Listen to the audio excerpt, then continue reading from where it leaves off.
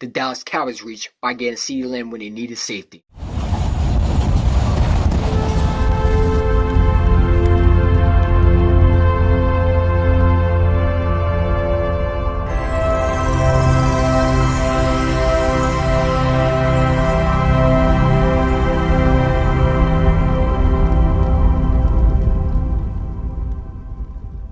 What's going on YouTube? It's your main man Boys for Life coming at you with another video. Okay, so Eagle fans make this so easy for me. I mean, every day I'm seeing a new Eagle YouTuber just say some dumb shit, and I just got to expose them. And I need the practice, guys. I need the practice because when season starts, shit gets real and the shit talking hits the fan.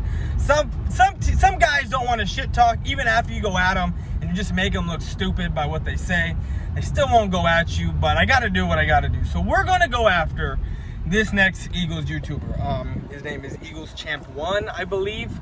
But before we do that, I did get a request to shout out somebody, which I'm going to. His name is, and he's an Eagles fan, guys. He is. But I respect him because of his content, what he does.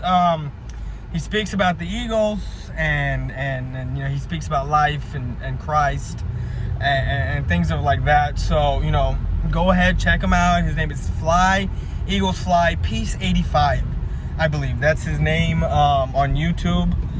If you like his, you know, just check him out. If you don't like it, if it's not for you, it's not for you. If it is, cool. But I said I was going to shout him out, so that's a shout out. So let's get back to what I want to do, and that is shit talk on Eagles fans. So we're going to get into it. We have about 5 small clips to look at. 6, I think. 6 small clips to look at, and we're going to dissect them and everything that he says because these guys are fucking morons. But let's go ahead and dive into this first clip, guys. TCU. Has anybody watched TCU?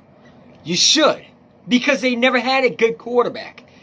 Okay, so he's asking if anybody has seen a TCU game. And let's be honest here. This kid is from up north. TCU is here in Texas, where I'm from. And TCU, you know, hardly even comes on my TV. I mean, they're hardly on any of my local stations or you know, the networks that have them here, like ABC, Fox, ESPN. They hardly show TCU games here. So unless you have a special, you know, college package, which I doubt this fucking idiot does, because I don't think his parents will pay for that. I doubt he's watched any TCU games other than highlights. So for him to say that, I mean, I don't know why he would, because I know for a fact he doesn't watch TCU games. Experts, the so-called experts, think that we should have taken Justin Jefferson, a sickened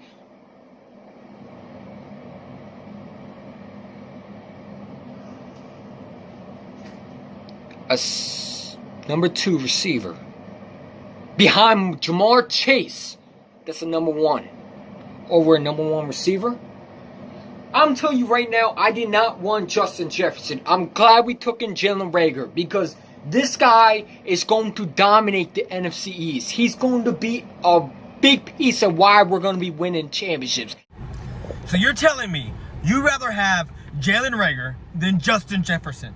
Justin Jefferson, whether he's a number 2 or not, would have been the best wide receiver coming out of this draft if it wasn't for the 3 guys that came before him: Ruggs, Judy, and Lamb. Look at the stats I just put up on that clip. Justin Jefferson had 1,540 yards last season, coming from the slot, right? He had one game where he almost touched 230 yards. Look at Jalen Reagor's stats from last year. Oh, and mind you, this is coming from teams playing against teams like Alabama, Auburn, Texas A&M, Texas, Florida, Clemson. Okay, and then you got Jalen Reagor with 611 yards, whose best game was, 128 yards. And you got teams like Oak Pine Bluff or some shit like that. You had Purdue. You had Texas. You had Kansas and Kansas State. Aren't actually powerhouses. And you're telling me that this is the quarterback's fault because he didn't have good quarterbacks? This guy is a fucking moron. Stats do not lie. There's a difference between padding stats and being that good. And Jefferson is that good. Rager is not. Yeah, his sophomore year, he had over 1,000 yards. Barely. Justin Jefferson, I think he had 800 or 900. And then last year, his junior year, he just went full-on beast mode with over 1,500 yards. Oh, and by the way, the number one, his other guy on the other side had almost 1,800 yards, 1,780. Ja'Marr Chase. So whether Justin Jefferson is coming out of the slot or the X or the Y, he's a number one. Period. He could be a number one. Jefferson was the guy to take, not Rager. Rager was the reach. But I digress. Because they know Dak can't win with just Amari Cooper and Zeke Elliott. They have to get everything around him so he can be successful. That's the difference between a franchise and a system quarterback. So this moron is saying that Dak can't win with just Amari and just Zeke. When we traded for Amari, we were 3-5, and we ended up going 7-1 and beating the Philadelphia Eagles for the division. And we went and we won a wild card game and we lost in the divisional round. Carson Wentz, with no one around him as far as a suspect wide receiving core, goes 9-7, barely getting it into the playoffs, losing, getting hurt and losing, right? 9 minutes in to his first playoff game and gets hurt. And before that, let's go back 2 more years to when you won the Super Bowl. What did Carson Wentz have around him? A great receiving core, a good wide receiving core, a run game that was top 3, a great defense, and a good offensive line. So you're telling me Carson Wentz can win with nothing around him, yet he needs to go 13. He goes 13-3 with all of that around him. Doesn't make any sense. When we were never interested in CeeDee, the whole notion that we were interested in CeeDee Lamb is crap. We were never interested in CeeDee Lamb. The Dallas Cowboys were interested in a long time ago of CeeDee Lamb. I don't even know where to begin with this clip. The Eagles were never interested in CeeDee Lamb. I'm gonna put up 2 pictures, and they're gonna cover my face. One's gonna be opposite of the other. And you tell me that the Eagles were never interested in CeeDee Lamb. Really? This guy's a fucking moron. This guy's a fucking moron. There was trade talks with teams, I don't know which teams, but there was trade talk to move up to get CeeDee Lamb, and no one wanted to bite. Nobody wanted to trade with the Eagles. Nobody. The reports are true. The Eagles were all in on CeeDee Lamb. They were all in. They were trying to make moves. Nobody wanted to move up to trade with the Eagles. Nobody. The Cowboys were interested in CeeDee Lamb all along. Everybody. Nah, I shouldn't say everyone. But of course the Cowboys were. But the funny thing is, the Cowboys didn't even have an interview with him. Why? Because they didn't expect him to be there at 17. Nobody did. The Cowboys hadn't even talked to CeeDee Lamb since the combine when they spoke briefly with each other. This guy's a fucking moron and has no idea what the fuck he's talking about. He just speaks out of his ass like a lot of Eagle content, I shouldn't say that, a lot of Eagles video makers do. It's ridiculous. No, the Cowboys reached wide because they drafted a receiver that they clearly didn't need. They drafted the number 1, and he's not a slot receiver. He is a number 1. He's a number 1. And the reason why they drafted him is because Amari Cooper hasn't had the production.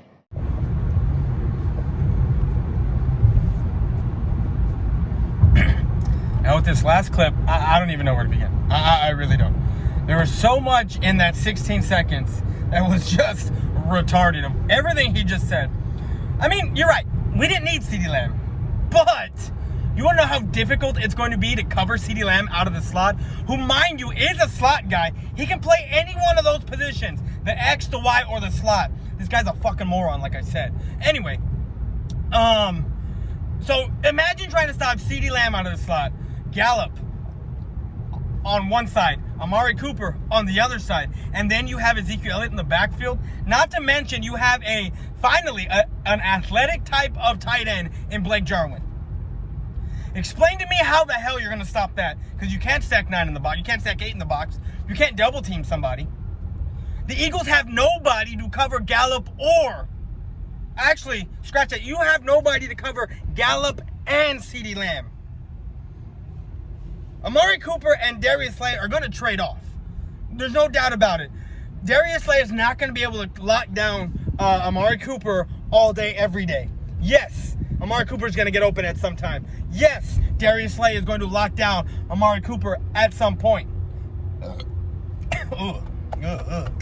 Just saying that made me throw up. But that's the truth.